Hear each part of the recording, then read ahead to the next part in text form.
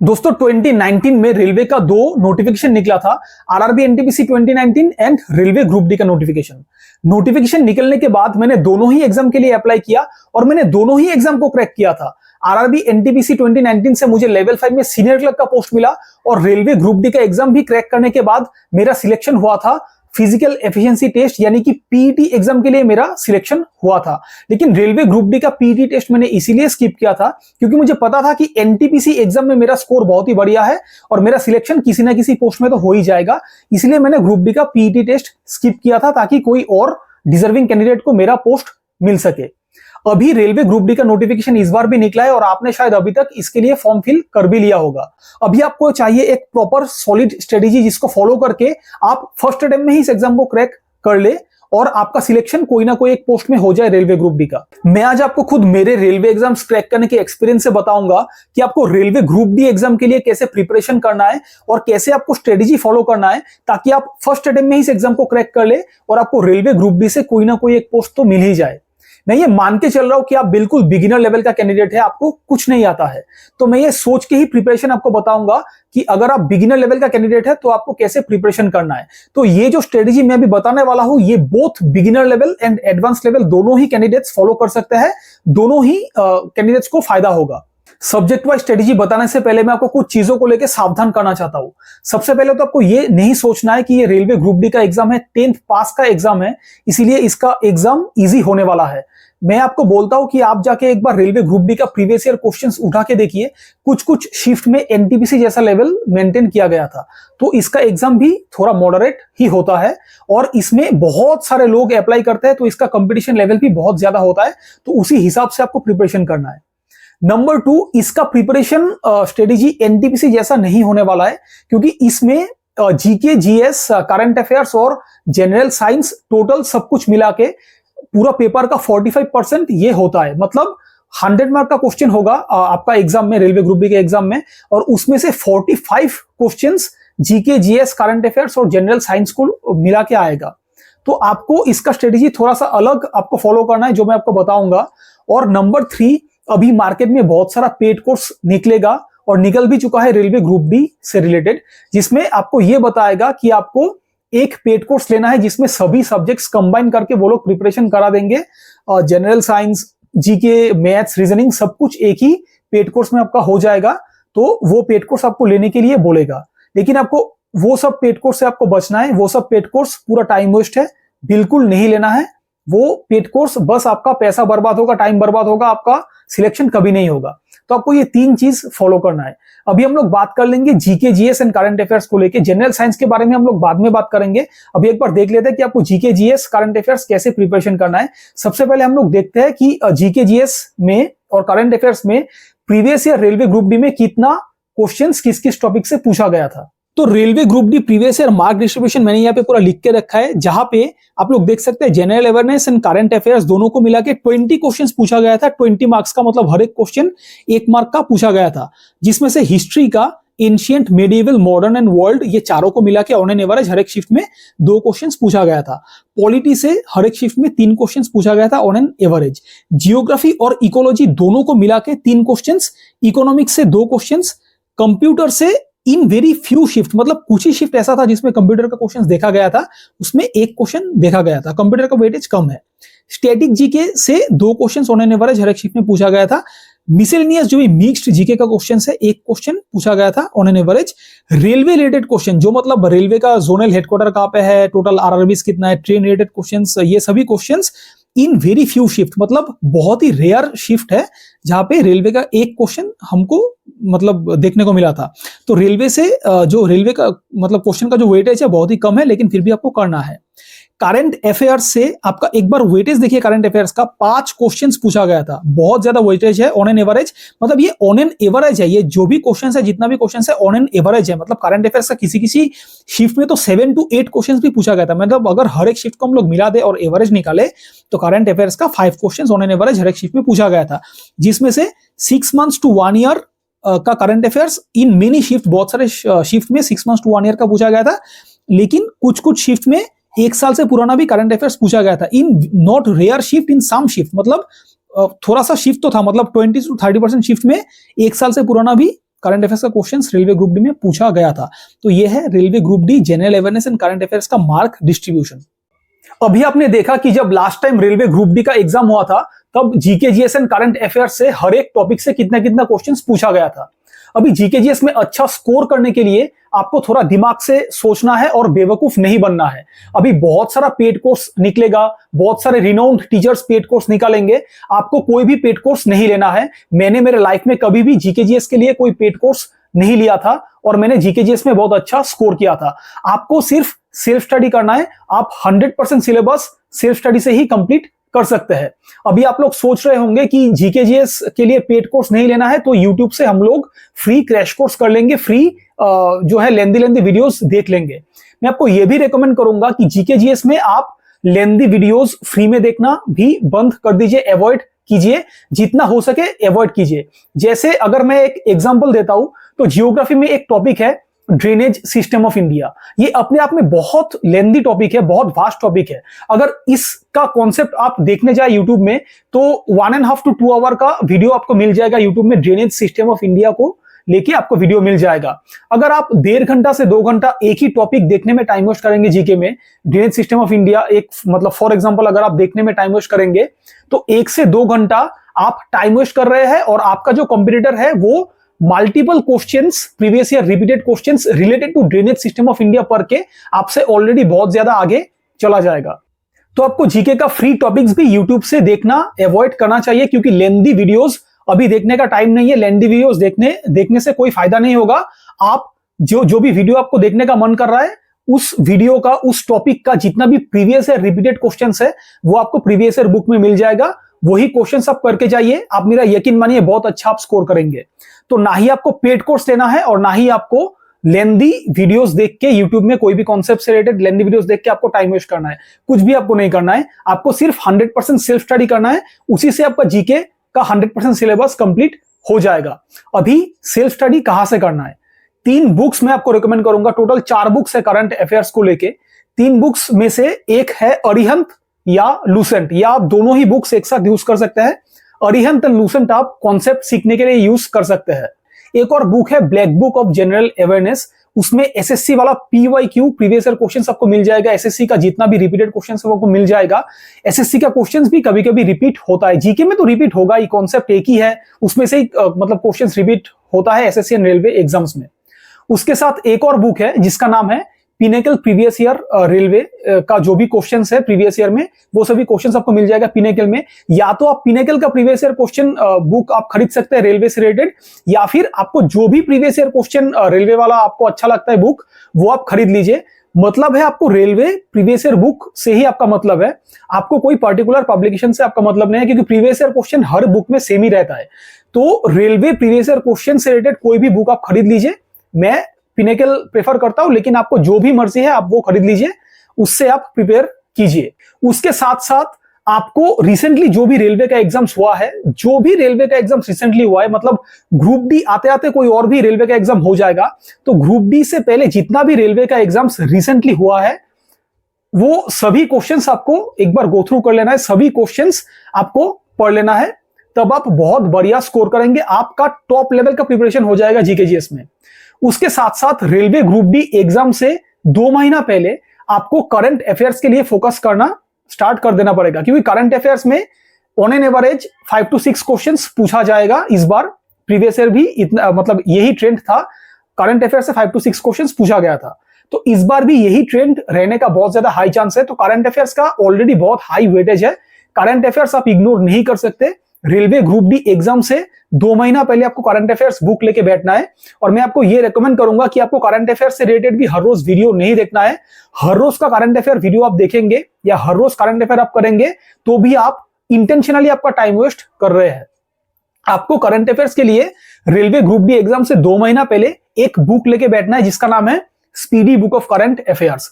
उस बुक से मैंने खुद प्रिपरेशन किया था, आपको भी मैं रेकमेंड करूंगा उसी बुक से प्रिपरेशन करने के लिए। ये कोई स्पॉन्सर्ड नहीं है, जो भी बुक्स मैं बता रहा हूं कोई भी बुक्स स्पॉन्सर्ड नहीं है, ये मैंने खुद फॉलो किया था इसीलिए मैं आपको बता रहा हूं।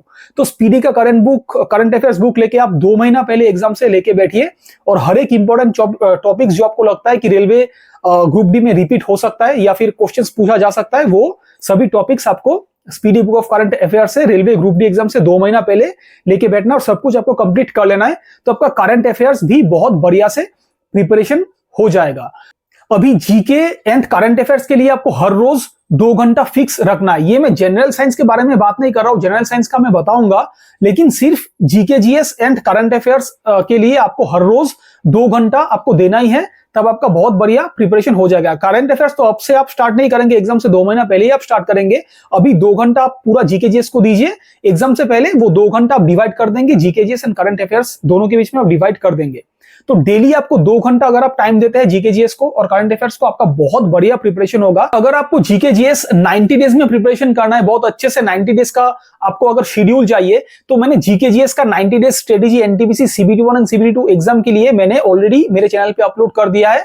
वो वीडियो आप लोग जाके देख सकते हैं। उस वीडियो में मैंने बताया कि 90 डेज में कैसे आपको डे बाय डे, आपको कैसे वीक बाय वीक आपको टारगेट फॉलो करके 90 डेज में पूरा फुल जीके जीएस सिलेबस आपको कंप्लीट करना है। वो वीडियो बहुत ही बढ़िया है मेरे हिसाब से, मैंने सब कुछ उस वीडियो में बताया है। 90 डेज में आपका पूरा 99% जीके जीएस का आपका कंप्लीट हो जाएगा। 1% तो रह ही जाता है जीके जीएस में कुछ ना कुछ। अभी मैं आपको बताऊंगा कि आपको रेलवे ग्रुप डी एग्जाम में जनरल साइंस यानी कि फिजिक्स, केमिस्ट्री एंड बायोलॉजी के लिए आपको कैसे प्रिपरेशन करना है। देखिए दोस्तों, रेलवे ग्रुप डी एग्जाम में जनरल साइंस का फिजिक्स, केमिस्ट्री एंड बायोलॉजी से टोटल 25 क्वेश्चंस पूछा जाएगा, तो इसका वेटेज बहुत ज्यादा है। Railway group D general science में एक बार इसका वेटेज देख लीजिए, फिजिक्स, केमिस्ट्री एंड बायोलॉजी का। जनरल साइंस से फिजिक्स, केमिस्ट्री एंड बायोलॉजी तीनों को मिला के 25 क्वेश्चंस पूछा गया था। 25 मार्क्स का मतलब हर एक क्वेश्चन का 1 मार्क, जिसमें से फिजिक्स का वेटेज सबसे ज्यादा है, 9 क्वेश्चंस पूछा गया था। केमिस्ट्री का वेटेज 8 क्वेश्चंस पूछा गया था और बायोलॉजी से 8 क्वेश्चंस पूछा गया था। एक बार देख लीजिए, फिजिक्स का वेटेज 9 क्वेश्चंस है, बहुत बढ़िया से आपको फिजिक्स करना है। केमिस्ट्री से 8 क्वेश्चंस और बायोलॉजी से 8 क्वेश्चन। ये एनटीपीसी एग्जाम जैसा नहीं है कि उसमें साइंस थोड़ा लाइटली ऊपर ऊपर से पूछ लिया जाता है। ये ग्रुप डी का एग्जाम है, इसमें साइंस बहुत ज्यादा डीप पूछता है। तो साइंस में फिजिक्स, केमिस्ट्री एंड बायोलॉजी के लिए मैंने जो मेरा 90 डेज का जो स्ट्रेटेजी वीडियो मैंने जीके जीएस के लिए सजेस्ट किया है, उस वीडियो से आपको फिजिक्स, केमिस्ट्री एंड बायोलॉजी का ऊपर ऊपर से आपको मिल जाएगा, लेकिन उससे आपका नहीं होगा, थोड़ा इन डेप्थ आपको प्रिपरेशन करना पड़ेगा। तो फिजिक्स, केमिस्ट्री एंड बायोलॉजी के लिए आपको कोई, फर्स्ट ऑफ ऑल तो कोई पेड कोर्स नहीं लेना है, ये भी आजकल बहुत चल रहा है पेड कोर्स नहीं लेना है साइंस के लिए। आपको in depth physics, chemistry and biology concept के लिए एक बुक लेना है जिसका नाम है लूसेंट जनरल साइंस बुक। ये लूसेंट जनरल साइंस बुक से आपको फिजिक्स, केमिस्ट्री एंड बायोलॉजी का जो कॉन्सेप्ट है वो आपको बहुत बढ़िया से डीपली आपको प्रिपरेशन कर लेना है। तो लूसेंट जनरल साइंस बुक से आप कॉन्सेप्ट आपका हो जाएगा, सब कुछ फिजिक्स, केमिस्ट्री एंड बायोलॉजी तीनों का ही आपका कॉन्सेप्ट हो जाएगा। लेकिन सिर्फ कॉन्सेप्ट ही सीखने से नहीं होगा, बहुत कुछ इंपॉर्टेंट चीजें आपको माइंड पे रखना है। जैसे रेलवे ग्रुप डी में केमिस्ट्री से बहुत ज्यादा केमिकल इक्वेशंस का क्वेश्चंस पूछा जाता है। केमिस्ट्री में केमिकल इक्वेशंस का क्वेश्चंस भर भर के रेलवे ग्रुप डी में पूछा जाता है। आप प्रीवियस ईयर क्वेश्चन पेपर उठा के भी देख सकते हैं। तो आपको केमिकल इक्वेशंस का जो भी मतलब क्वेश्चंस है, केमिकल इक्वेशंस से रिलेटेड आपको अगर कुछ भी डाउट है, अगर बुक से आपका क्लियर नहीं हो रहा है और अगर आप साइंस बैकग्राउंड का नहीं है स्पेशली, तो आपको ये मैं रेकमेंड करूंगा कि आप YouTube से फ्री क्लासेस कर लीजिए। YouTube में आप सर्च कर सकते हैं कि railway group D chemistry questions, chemistry chemical equations, ये सब कुछ आप लोग सर्च करके एक बार कॉन्सेप्ट देख सकते हैं, या फिर केमिस्ट्री केमिकल इक्वेशंस सर्च करके भी आप लोग थोड़ा ऊपर ऊपर से ये सब कुछ देख सकते हैं, क्योंकि केमिकल इक्वेशंस का क्वेश्चंस रेलवे ग्रुप डी में केमिस्ट्री से बहुत ज्यादा पूछा जाता है, लास्ट टाइम भी पूछा गया था। तो ये केमिकल इक्वेशंस आपका YouTube फ्री क्लासेस से हो जाएगा, बुक से भी आपका थोड़ा बहुत हो जाएगा। उसके साथ साथ फिजिक्स में न्यूमेरिकल्स भी बहुत ज्यादा इंपॉर्टेंट है। नॉर्मल डेफिनेशन तो पूछ ही सकता है, लेकिन फिजिक्स में numericals last time railway group D में बहुत सारे न्यूमेरिकल्स का क्वेश्चंस पूछा गया था। फिजिक्स में न्यूमेरिकल्स सीखने के लिए आपको YouTube पे सर्च करना है कि railway group D physics numericals. आपको बहुत सारा वीडियोस मिल जाएगा, कोई भी अच्छे टीचर का वीडियो आप कर लीजिए और फिजिक्स का जितना भी न्यूमेरिकल्स का जितना भी टाइप्स था पहले, वो सब कुछ आप एक बार देख लीजिए। तो फिजिक्स का न्यूमेरिकल्स आपको YouTube से करना पड़ेगा। प्रीवियस ईयर का जितना भी रेलवे ग्रुप डी में फिजिक्स न्यूमेरिकल्स पूछा गया था, सब कुछ आपको YouTube में मिल जाएगा। YouTube में प्रीवियस ईयर क्वेश्चन, फिजिक्स का जो भी क्वेश्चन है वो एक बार देख लीजिए, कैसे टीचर सॉल्व करवाता है वो एक बार सीख लीजिए, आपका फिजिक्स का न्यूमेरिकल्स भी आपका हो जाएगा। न्यूमेरिकल्स में बहुत ज्यादा इंपॉर्टेंट है कि लेंसेज, मिरर्स, ये सबसे भी बहुत ज्यादा क्वेश्चंस पूछा गया था। इलेक्ट्रिकल सर्किट से बहुत ज्यादा क्वेश्चंस पूछा गया था। ये अगर आप साइंस बैकग्राउंड का नहीं है तो आपको बहुत ज्यादा दिक्कत हो सकता है, इसीलिए मैंने आपको रेकमेंड किया है कि यूट्यूब से आपको ये सब कुछ फ्री क्लासेस से आपको देखना है। इलेक्ट्रिकल सर्किट से बहुत ज्यादा क्वेश्चंस पूछा गया था, डायग्राम दे देगा, ये आपको बताना होगा क्या कौन सा क्या है। और रेजिस्टेंस से भी बहुत ज्यादा क्वेश्चंस पूछा गया था।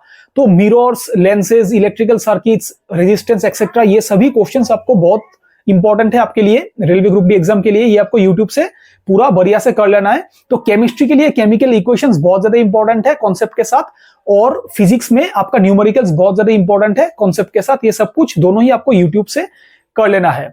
बायोलॉजी में ऐसा कोई न्यूमेरिकल्स ये सब कुछ तो बायोलॉजी में नहीं होता। बायोलॉजी में सब कुछ आपको देखना पड़ेगा, लेकिन सबसे ज्यादा इंपॉर्टेंट है आपका ह्यूमन बॉडी।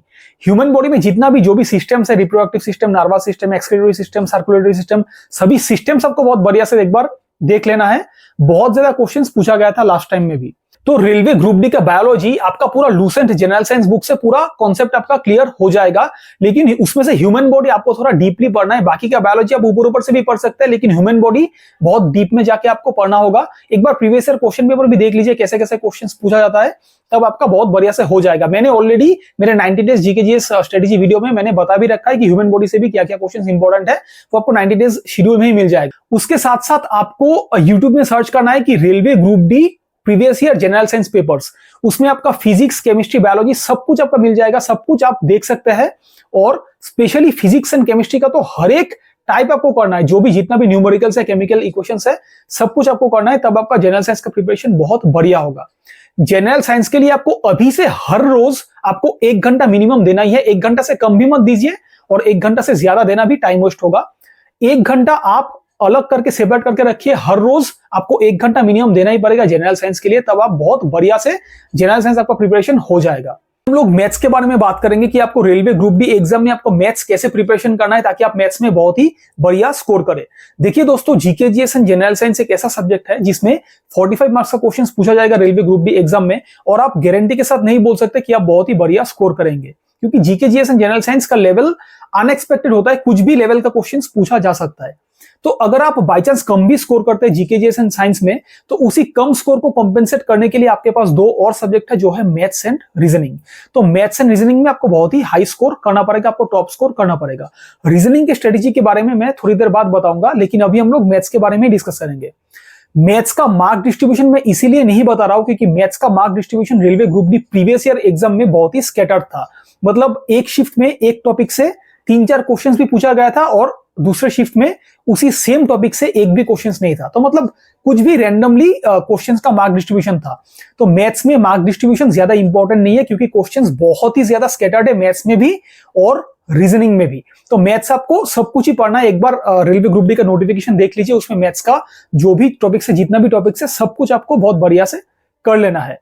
अच्छा, GK GS and general science में मैं आपको ये रेकमेंड किया था कि आपको कोई भी पेड कोर्स नहीं लेना है, आपको सेल्फ स्टडी ही करना पड़ेगा। लेकिन मैथ्स के लिए मैं आपको ये रेकमेंड कर रहा हूं कि आप सेल्फ स्टडी मत कीजिए, आप किसी टीचर का, अच्छे टीचर का पेड कोर्स ले लीजिए।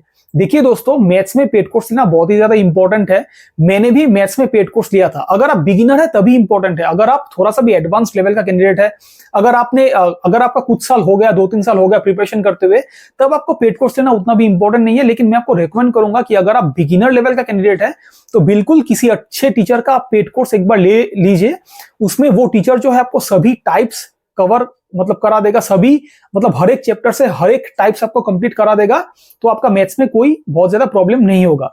तो मैथ्स में आप किसी भी अच्छे टीचर का पेड कोर्स ले लीजिए, क्योंकि सेल्फ स्टडी मैथ्स में थोड़ा सा डेंजरस हो सकता है अगर आप बिगिनर लेवल का कैंडिडेट हो। अगर आप एडवांस लेवल कैंडिडेट है, तो आप सेल्फ स्टडी से भी कर सकते हैं। मैथ्स में हर एक चैप्टर कंप्लीट करने के बाद आपको उसी चैप्टर को मल्टीपल टाइम्स प्रैक्टिस करना पड़ेगा। प्रैक्टिस आप कहां से करेंगे? एक बुक है Kiran SSC previous year question का बुक। इसमें से आपको मॉडरेट लेवल का question, easy to moderate level का क्वेश्चन से प्रैक्टिस करना है, क्योंकि ग्रुप डी में मैथ्स का कुछ ही शिफ्ट है जिसमें थोड़ा सा मॉडरेट लेवल का क्वेश्चन पूछा गया था, लेकिन मैक्सिमम शिफ्ट में इजी टू मॉडरेट लेवल का ही क्वेश्चंस रहता है। तो आपको मैथ्स में एक चैप्टर करके उसको किरण एसएससी प्रीवियस ईयर क्वेश्चन से आपको टाइप वाइज उस बुक से प्रैक्टिस कर लेना है। जैसे आपने सपोज परसेंटेज का जो है टॉपिक आपने कंप्लीट किया, फिर परसेंटेज का जितना भी टाइप वाइज क्वेश्चंस आपको किरण बुक से मिल जाएगा, सभी टाइप वाइज क्वेश्चंस आपको कर लेना है। अगर हार्ड क्वेश्चंस ज्यादा आपको मिल रहा है तो हार्ड क्वेश्चंस को स्किप करना है। उसके बाद रेशियो एंड प्रोपोर्शन करना है, फिर रेशियो एंड प्रोपोर्शन का सभी क्वेश्चंस टाइप वाइज कर लेना है। सीक्वेंस तो आपको जैसा ठीक लगे वैसे ही सीक्वेंस आप फॉलो कीजिए, लेकिन आपको हर एक चैप्टर कंप्लीट करने के बाद प्रीवियस ईयर क्वेश्चंस और टाइप वाइज क्वेश्चंस आपको प्रैक्टिस करना है।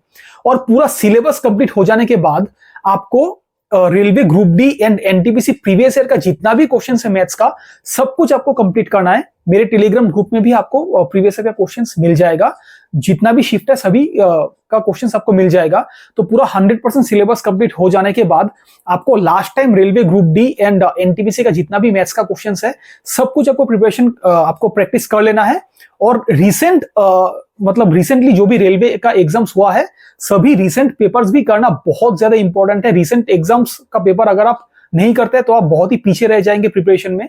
रिसेंट रेलवे जितना भी एग्जाम्स कंडक्ट कराया है, सभी एग्जाम्स का मैथ्स का पेपर आपको देखना है, मैथ्स का क्वेश्चंस सभी आपको सॉल्व करना है। उसके साथ साथ प्रीवियस ईयर का रेलवे ग्रुप डी एनटीपीसी भी आपको करना है। और इसके लिए एक बुक है पिनेकल मैथ्स प्रीवियस ईयर मतलब रेलवे का, वो बुक आप ले सकते हैं, या फिर जो भी बुक मैथ्स का रेलवे का आपको अच्छा लगता है वो उसका प्रीवियस ईयर बुक आप ले सकते हैं और आप प्रैक्टिस कर सकते हैं।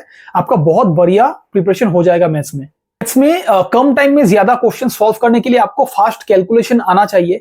फास्ट कैलकुलेशन करने के लिए आपको स्क्वायर्स, क्यूब्स एंड टेबल्स बहुत बढ़िया से याद होना चाहिए। स्क्वायर्स आपको 1 से लेके 50 तक याद होना चाहिए, क्यूब्स 1 to 25 आपको याद होना चाहिए, और जो है टेबल्स आपको 1 से लेके 20 तक आपको याद होना चाहिए। उसके साथ साथ फॉर्मूलाज आपको हर रोज प्रैक्टिस करना है, मतलब हर रोज देखना है, हर रोज मेमोराइज करना है, रिवाइज करना है फॉर्मूलाज के लिए मैं आपको यही रिकमेंड करूंगा कि कोई भी नोटबुक मत बनाइए। मेरे टाइम पे नोटबुक में कॉपी मतलब करता था, लेकिन आजकल मार्केट में बुक्स अवेलेबल है। एक बुक है आदित्य रंजन सर का ब्रह्मास्त्र बुक, उस बुक को खरीद के आप लोग हर रोज फॉर्मूलाज रिवाइज कर सकते हैं बहुत बढ़िया से। उसमें सभी मैथ्स का फॉर्मूलाज कंपाइलेशन दिया है, लेकिन आपको ज्यादा हार्ड फॉर्मूलाज नहीं करना है, क्योंकि रेलवे ग्रुप डी में एक बार प्रीवियस ईयर क्वेश्चन पेपर आप देख लीजिए किस लेवल का क्वेश्चन पूछा जाता है, उसी हिसाब से आपको सब कुछ करना होगा। तो फॉर्मूलाज भी आप उसी हिसाब से देखिए, ज्यादा डीप लेवल का फॉर्मूलाज भी मत देखिएगा, क्योंकि ट्रिगोनोमेट्री में बहुत सारे टफ फॉर्मूलाज है, वो सब आप अवॉइड कीजिए। जितना भी जो भी लेवल मेंटेन किया गया है प्रीवियस ईयर में, उसी लेवल के हिसाब से आपको प्रिपरेशन करना है। तो फॉर्मूलाज भी आपको उसी बुक से देखना है, आपका बहुत बढ़िया से प्रिपरेशन होगा। और आपको रेलवे ग्रुप डी एग्जाम के लिए मैथ्स में बहुत ज्यादा डीप क्वेश्चंस आपको प्रैक्टिस नहीं करना है, ऊपर से देख लीजिए, क्योंकि क्वेश्चंस उतना भी हार्ड नहीं आता है। अगर कोई टफ क्वेश्चन है उसको आप स्किप कर सकते हैं, और अगर आप कोई पेड कोर्स लेते हैं तो उसमें तो पूरा हाई लेवल का ही कोर्स कराएगा, तो हाई लेवल का क्वेश्चन अगर आप चाहे तो आप स्किप भी कर सकते हैं, क्योंकि रेलवे ग्रुप डी में इजी टू मॉडरेट लेवल का ही क्वेश्चन पूछा जाता है। थोड़ा सा मॉडरेट लेवल का भी आप प्रैक्टिस कर सकते हैं, लेकिन ज्यादा हाई लेवल का आप प्रैक्टिस मत कीजिए। उसके साथ साथ डेली 3 to 4 आवर्स आप मैथ्स को टाइम दीजिए। डेली 3 से 4 घंटा अगर आप मैथ्स प्रैक्टिस करते हैं तो आपका बहुत बढ़िया लेवल से प्रिपरेशन आपका हो जाएगा, आप मैथ्स में बहुत बढ़िया स्कोर करेंगे। ये सभी चीज आप फॉलो कीजिए, आपका स्कोर बहुत ज्यादा बूस्ट होगा। रेलवे ग्रुप डी में आप मैथ्स में full out of full score करेंगे। अभी मैं आपको बताऊंगा कि आपको रेलवे ग्रुप डी एग्जाम के लिए आपको रीजनिंग कैसे प्रिपरेशन करना है, ताकि आप रीजनिंग में भी टॉप स्कोर करें। देखिए दोस्तों, वही सेम बात मैं आपको बताऊंगा कि रीजनिंग का भी पेड कोर्स मार्केट में अवेलेबल है, लेकिन आपको पेड कोर्स नहीं लेना है। मैंने कभी भी मेरे लाइफ में रीजनिंग के लिए पेड कोर्स नहीं लिया था। मैंने हर एक कॉन्सेप्ट को पहले यूट्यूब से सीखा था, उसके बाद मैंने multiple times previous year questions practice किया था। तो आपको यूट्यूब से हर एक कॉन्सेप्ट पहले सीख लेना है। पहले आप एक बार देख लीजिए कि कौन कौन सा टॉपिक से क्वेश्चंस पूछा जाता है, फिर हर एक टॉपिक का कॉन्सेप्ट आप क्लियर कर लीजिए यूट्यूब फ्री क्लासेस से। यूट्यूब फ्री क्लासेस में आपको बताएगा, वो जो भी टीचर्स है वो टीचर्स आपको सिखाएगा कि कैसे हर एक क्वेश्चन को कम टाइम में सॉल्व करते हैं, कैसे मतलब ट्रिक्स ब्रिक्स सब कुछ एक बार देख लीजिए। तो पहले कॉन्सेप्ट सीख लीजिए यूट्यूब से, रीजनिंग का हर एक टॉपिक का कॉन्सेप्ट सीखने के बाद आपको मल्टीपल टाइम्स प्रैक्टिस करना है। एसएससी एंड रेलवेज का प्रीवियस ईयर क्वेश्चंस आपको प्रैक्टिस करना है। आपको एसएससी का भी क्वेश्चंस प्रैक्टिस करना है, जैसे कुछ कुछ टॉपिक्स है, नंबर सीरीज, जो भी टॉपिक्स है नंबर सीरीज का जो भी क्वेश्चंस है, उसके बाद कोडिंग डिकोडिंग, ये सभी ऐसे टॉपिक्स है जो आपको एसएससी लेवल का भी मतलब प्रैक्टिस करना है, तब आप बहुत मतलब फास्ट कर पाएंगे रीजनिंग। लेकिन रेलवेज का जितना भी क्वेश्चन है वो तो आपको करना ही है। Railways group D previous year और एनटीपीसी प्रीवियस ईयर का हर एक रीजनिंग का क्वेश्चन आपको करना है, बहुत ही ज्यादा इंपॉर्टेंट है, मोस्ट रिकमेंडेड है, हर एक क्वेश्चन आपको करना है। उसके साथ साथ रिसेंटली रेलवे एग्जाम्स में जो भी एग्जाम्स में रीजनिंग का क्वेश्चंस पूछा जाएगा, वो सभी क्वेश्चंस आपको करना है, क्योंकि ग्रुप डी से पहले और भी रेलवेज का एग्जाम होगा, एनटीपीसी का भी शायद हो ही जाएगा। तो सभी जो भी रीजनिंग का क्वेश्चंस है जो इस साल पूछा गया है रेलवे एग्जाम्स में, सब कुछ आपको बढ़िया से करना है, तब आपका स्कोर बहुत ही ज्यादा बूस्ट होगा। एक चीज मैं आपको रिक्वेस्ट करना चाहता हूं कि आपको रेलवे रीजनिंग सॉल्व करने के लिए, आपको ग्रुप डी का रीजनिंग प्रिपरेशन करने के लिए आपको बैंकिंग का क्वेश्चंस कभी भी टच नहीं करना है, प्रैक्टिस नहीं करना है। ऐसे बहुत सारे टॉपिक्स है जो railway group D, NTPC and banking में सिमिलर है, ऐसे बहुत सारे टॉपिक्स है। अब आप ये सोच रहे होंगे कि अगर मैं बैंकिंग लेवल का क्वेश्चन सॉल्व करूं तो बहुत बढ़िया से प्रिपरेशन होगा। ऐसा बिल्कुल भी नहीं है, क्योंकि बैंकिंग का रीजनिंग लेवल बहुत ज्यादा हाई है। आप रेलवे ग्रुप डी एनटीपीसी का पजल्स एक बार देखिए कि किस लेवल का पजल्स पूछते हैं, और आप जो है बैंकिंग का एक बार पजल्स देखिए कि किस लेवल का पजल्स बैंकिंग लेवल में पूछते हैं। तो बैंकिंग का जो है लेवल बहुत ज्यादा हाई है, और रेलवे ग्रुप डी का लेवल उसके हिसाब से उसके कंपैरिजन में बहुत ज्यादा कम है। तो आपको railway group D reasoning preparation करने के लिए आपको बैंकिंग का क्वेश्चंस सॉल्व नहीं करना है। आप एसएससी एंड रेलवेज का ही क्वेश्चंस बढ़िया से कीजिए। मैं गारंटी के साथ बोल सकता हूं कि एग्जाम आपका आ जाएगा, लेकिन फिर भी आपका सभी सेट कंप्लीट नहीं होगा। इतना सारा सेट्स है एसएससी एंड रीजनिंग जो है रेलवेज का, बहुत सारा सेट्स है, आप कंप्लीट नहीं कर पाएंगे। प्रीवियस ईयर क्वेश्चन से प्रैक्टिस करना है, और प्रीवियस ईयर क्वेश्चन प्रैक्टिस करने के लिए एक बुक है pinnacle railway reasoning previous year book. उस बुक से आप रीजनिंग का क्वेश्चन सॉल्व कर सकते हैं, या फिर आपको जो भी रेलवे का प्रीवियस ईयर क्वेश्चन वाला बुक अच्छा लगता है, आप उसी बुक से जो है आपका प्रीवियस ईयर क्वेश्चन कर सकते हैं। ऐसा कोई फिक्स बुक नहीं है, क्योंकि प्रीवियस ईयर क्वेश्चन हर एक बुक में सेम ही रहता है। तो प्रीवियस ईयर क्वेश्चन आपको बुक से प्रैक्टिस करना है। जब आपका रीजनिंग का फुल सिलेबस कंप्लीट हो जाएगा, तब आप YouTube फ्री वीडियो से आप एसएससी एंड रेलवेज का प्रैक्टिस सेट भी कर सकते हैं। बहुत सारे टीचर्स एसएससी एंड रेलवेज का प्रैक्टिस सेट कराता है, आप लोग YouTube से भी प्रैक्टिस सेट कर सकते हैं रीजनिंग का। आपका मेन टारगेट है कि आप रीजनिंग कितना कम टाइम में आप सॉल्व कर सकते हैं। तो रीजनिंग में आप टाइम इंप्रूव करने के लिए आप ग्रेडअप जैसे ऐप से, ग्रेडअप स्पॉन्सर्ड नहीं है, आप ग्रेडअप जैसे ऐप से या फिर कोई भी और ऐप से जहां पे मिनी मॉक्स होता है, आप मिनी मॉक्स दे सकते हैं। मतलब रीजनिंग का मिनी मॉक्स होता है, जैसे 15 मिनट्स में आपको 25 क्वेश्चन सॉल्व करना है, तो वहां पे आपका टाइमर भी रहेगा। आप लोग ऐसे मिनी मॉक्स को सॉल्व कर सकते हैं, आपका स्कोर बहुत ज्यादा इंप्रूव होगा, आपका टाइम बहुत ज्यादा इंप्रूव होगा। तो ग्रेडअप जैसे ऐप से या फिर टेक्स्ट बुक जैसे ऐप से आप लोग मिनी मॉक्स दे सकते हैं। मिनी मॉक्स बहुत ज्यादा हेल्प करता है रीजनिंग में, आपका टाइम, आपका स्कोर बहुत ज्यादा इंप्रूव होगा। और रीजनिंग में हर रोज 1 घंटा मोर देन एनफ है। अगर आप 1 घंटा डेली रीजनिंग को देते हैं, आपका वो टाइम एनफ है, उससे कम नहीं, उससे ज्यादा भी नहीं। उससे ज्यादा टाइम देंगे तो आपका टाइम वेस्ट होगा। 1 घंटा रीजनिंग के लिए हर रोज परफेक्ट टाइम है, आइडियल टाइम है। आपका रीजनिंग बहुत बढ़िया से प्रिपरेशन हो जाएगा। जब आपका maths, GK, GS, general science, reasoning हर एक सिलेबस आपका कंप्लीट हो जाएगा, तब आपको मॉक देना स्टार्ट करना पड़ेगा। मॉक आप ड्यूरिंग प्रिपरेशन भी आप दे सकते हैं। जब आप प्रिपरेशन करना स्टार्ट करेंगे, तब आप वीकली 1 मॉक दे सकते हैं, या फिर जो भी लाइव मॉक्स निकलता है, बहुत सारा लाइव मॉक्स निकलता है, ग्रेडअप या फिर टेक्स्ट बुक जैसे ऐप लाइव मॉक्स निकलता है, आप लोग लाइव मॉक्स फ्री ऑफ कॉस्ट आप लोग दे सकते हैं। जब आप प्रिपरेशन स्टार्ट करेंगे, तब आपको लाइव मॉक्स, फ्री मॉक्स आपको वीकली 1 देना है। जब आपका 50% सिलेबस कंप्लीट हो जाएगा, तब आपको वीकली 2 मॉक्स देना है। जब एग्जाम से 1 महीना ही रह जाएगा, तब आपको हर रोज डेली का 1 मॉक देना है। मतलब ये एग्जाम से 1 महीना पहले ही आपको डेली हर रोज 1 मॉक देना है। आप देखिएगा, ये स्ट्रेटेजी आप पूरा डिटेल में फॉलो कीजिए, आपका स्कोर बहुत ज्यादा इंप्रूव होगा। आप सिलेक्शन ले ही लेंगे, बट डिपेंड करता है कि आप कितना डेडिकेशन से ये जो है स्ट्रेटेजी आप फॉलो करते हैं। पूरा बढ़िया से प्रिपरेशन कीजिए, आप सिलेक्शन जरूर लेंगे।